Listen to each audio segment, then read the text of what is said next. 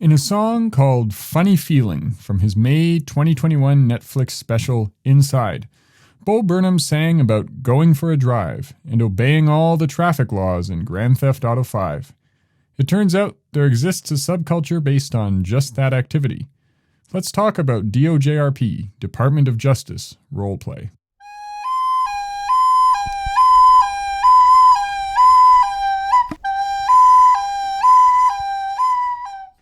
As a researcher interested in production cultures, including the archived media output of gaming communities, I hope to make the case that DOJRP is valuable as a social experiment carried out in the vernacular milieu.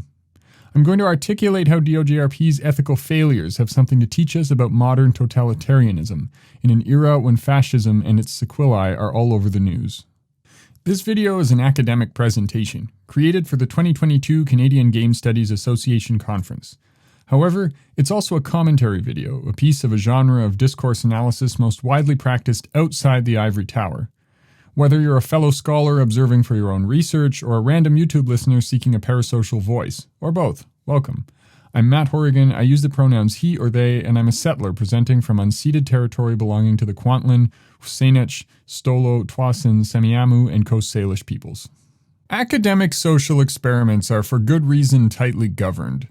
This rigorous ethicization results from our violent history. In response to the actions of Nazi physicians during the Second World War, and other atrocities like the Tuskegee syphilis experiment, a series of laws and regulations beginning with 1947's Nuremberg Code produced today's regime of institutional ethics boards. Simultaneously, the movement known as deinstitutionalization, exemplified in Irving Goffman's critical research on what he called total institutions, resulted in the reduction of mental hospitals and asylums. Media in the second half of the 20th century, from Ken Kesey's 1962 novel One Flew Over the Cuckoo's Nest to Sarah Kane's 1998 play Cleansed, reflect this period of morally panicked asylum imagery. Indeed, even as research institutions endeavored to become more ethical, public trust in them diminished, assailed perhaps by the nascent medical oppressions of Big Pharma, by anti-science campaigns like climate disinformation, and perhaps also by the so-called science wars in which some humanities researchers presented scientific methods as arbitrary and unreasonably biased. By the early 21st century, perceptions of psychological research subjecting humans could be iconified in the figure of the Dark Knight's Joker, as whimsical sadism. Simultaneously, however, video gaming has emerged as an alternative field of anthropological information, providing opportunities to set conditions for human behavior and surveil large samples without much constraint. For example, while Facebook does now have a nominal, though not independent, research ethics board, most game companies and community leaders don't. In effect, the golden age of virtual worlds is a new gilded age for social research, with Silicon Valley as the colonial Wild West, guided by a unified business discipline, what P.T. Barnum called the art of money getting. It is amid this gilded age that researchers look for pro-social learning opportunities, for example, in play communities whose concerns extend those of the mid-20th century's morally troubling lines of inquiry. In particular, I'm examining here what I'd like to frame as a gamification and complexification of Philip Zimbardo's 1971 Stanford prison experiment, in which university students role-played prisoners and prison guards, and famously got carried away, going above and beyond to improvise new methods of oppression and expressions of resistance. Zimbardo took the study to prove some aspects of the Nuremberg defense, that humans readily surrender their agency in the presence of authority. But other psychologists have argued that Zimbardo continually primed his study subjects, turning the whole exercise into something more like a theater director working with actors than an observation of participant choices. This dichotomy between leader as constant interventionist versus designer as architect for conditions of emergence is ancient. We can even find its roots in the distinction between deist and theist conceptions of God. In the context of DOJRP, the question determines the legitimacy of the community's leaders. How grassroots is this community? YouTuber Polecat324 founded DOJRP in 2016 using the 5M GTA 5 modification, which facilitates multiplayer server customization. DOJRP has several sub-organizations called departments: the Los Santos Police Department, the San Andreas Highway Patrol, etc. The most popular DOJRP players, including Polecat, stream on Twitch as the Vinewood Department of Justice Media Roleplay Community. DOJRP bureaucratizes its community using a hierarchical rules enforcement metagame. All players must adhere to community rules during gameplay or receive a Code 1090, meaning in-game warning, followed by more punishment for further infractions, up to banning from the server. New players undergo an extra strict probation period. Moderators reject many applications to join, with minimal or no effective explanation, a practice resembling real police recruitment. Membership thus becomes scarce and hard gained, new players learning to value DOJRP membership, and established players expressing their status by dominating newcomers. One Department of Civilian Operations supplies non-police players who generate police-worthy scenarios, generally crimes. Higher-ranking community members get the privilege of role-playing more egregious crimes. Forums show controversy regarding Polecat's image. Some observers accuse him of milking DOJRP for financial gain due to his lucrative YouTube viewership numbers. This community uses a highly consistent advertising brand and allows only high-ranking players called media partners to stream or upload gameplay video, funneling a large viewership toward a small number of privileged individuals. DOJRP's participants are not just a fandom of Polecat, however. They are also a kind of police fandom. This is strange if we consider policing as police often depict it, as a traumatic job, a form of harsh service few would want. However, considering the history of police imagery in Western mass media, from detective and Western stories through noir and neo-noir onto the modern police procedural, we encounter a gradual heroization of cops. First, heroic individuals like Monsieur Lecoq, Sherlock Holmes, or John McClane, then heroic squads like the cast of Homicide: Life on the Street, and police in general, as in the reality TV show Cops. Commensurate with this burgeoning police militainment, we have degraded images of the supporting civilian cast, culminating perhaps in the clownish hilarity of GTA's NPC behavior, though finally in the early stages of reclamation, as in Sean Levy's Free Guy. In real American life, with increasing wealth inequality, policing has gone from a lower middle-class job to a vocation bearing a kind of violence-earned prestige, a partial privatization of the state's monopoly on violence that could be fruitfully compared with medieval nobility. In a sense, police have become rock stars, rare or perilous to observe at length in person and hard to become.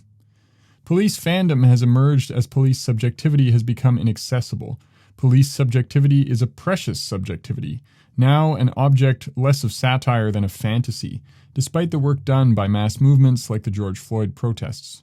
DOJRP mimics submission to real police through a celebrity police culture, where players join as motivated at least in part by a desire to be like or near Polecat. Polecat himself becomes a conspicuous consumer of community, flexing social connection as the poster boy whose image provides an object for subaltern players' cruel optimism. Note that I use here the term subaltern. DOJRP makes some players subalternate, contextually subalternate within the context of the subculture. There's also, however, a relationship between subalternity in DOJRP and subalternity in general privilege structures. DOJRP's majority appears young and white, and affects polite bourgeois manners, the white voice satirized in Boots Riley's Sorry to Bother You. This is a rules-abiding, feudal turn for the cultural construct Carly Kokurek called technomasculinity. Roleplay here involves appropriating vulnerable, marginalized identities for entertainment, playing robbers, and practicing policing, playing cops, while simultaneously punishing actual rule-breaking with ostracism. Regardless who players are in their private lives, participating in DOJRP requires a dual performance, a fictional performance as a cop or robber, and a purportedly real performance of technomasculine subjectivity. Writing in 1972 on the nature and uses of immaturity, psychologist Jerome Bruner speculated that humans and human societies have evolved extended periods of playful, immature childhood to explore and adapt to the affordances of modern, technically complex life. This adaptation is certainly one use of play. In tension with this idea, however, is the notion that play, like any expression of style, is a form of politics.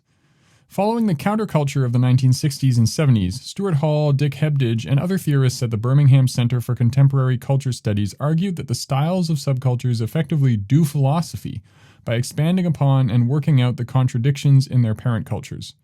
In this way, subcultural styles like Bruner's concept of play have an epistemic function, a way of contributing to the development of knowledge, and thus to social progress. Indeed, it is not controversial that childish games reflect adult conflicts, as becomes obvious when we consider the game of cops and robbers, or its forebear, cowboys and Indians. Children observe, mimic, and selectively reduce the behaviors of conflicting adults, producing informative parodies. So, it seems, do the subcultural play styles of grown-ups. Yet DOJRP is an authoritarian subculture. Its styles and habits are regressive, steeped in rituals of liminal hazing designed to constantly recreate extant privilege structures. I propose that DOJRP exemplifies a kind of short circuit in the process of distributed cultural learning. Authoritarianism is a foreclosing rationalization, in contrast to the constantly diversifying discourses potentiated in subcultures as discussed by Hall and Hebdige. Authoritarian subcultures, in contrast, emerge not as a autochthonous critique of an enveloping mainstream, but as projection of an imagined society through nostalgia, futurism, appropriation, or mimicry, with minimal transformation.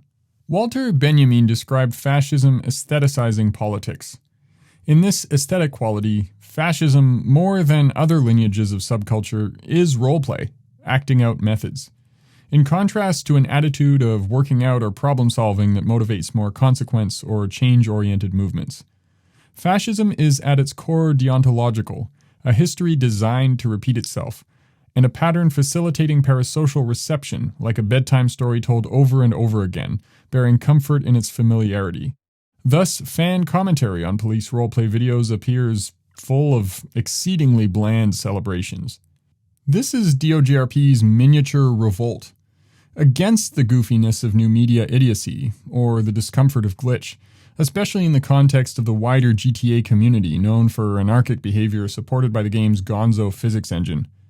DOJRP is to some degree a manifestation of player resistance, that anxiety of the influence against game mechanics, noted since Celia Pierce's exploration of fandom agency in Myst and Second Life. But in this case, resistance of chaos through law and order, instead of resistance of developer narrative through creativity and expansion of possibility spaces. Perhaps then, the world of DOJRP provides a cautionary tale for more democratic roleplay communities.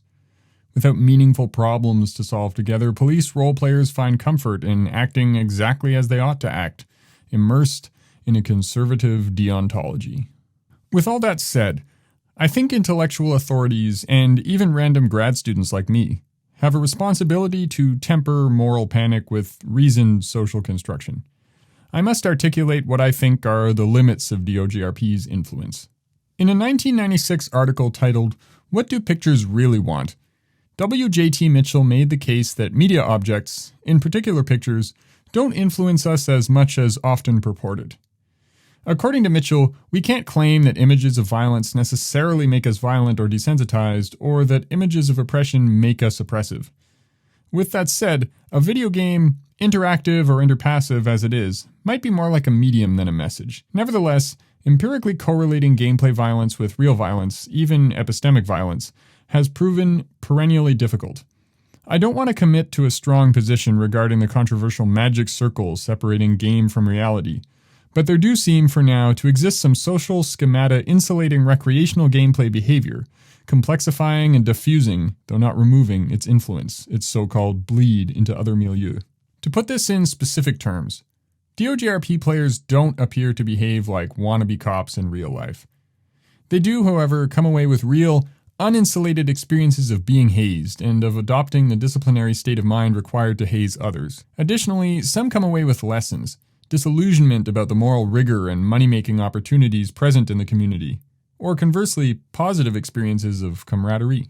The question I yet lack an answer to is, can DOJRP actually serve as a critique of the police state?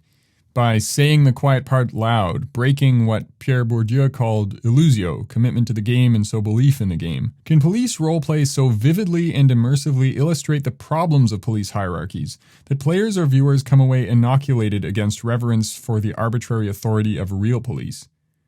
And if roleplay can do so for players, can it do likewise for audiences of gameplay videos? It could be that these meta-fans, these YouTube-watching fans of police fandom learn less and absorb more, like an armchair general's disembodied thirst for war.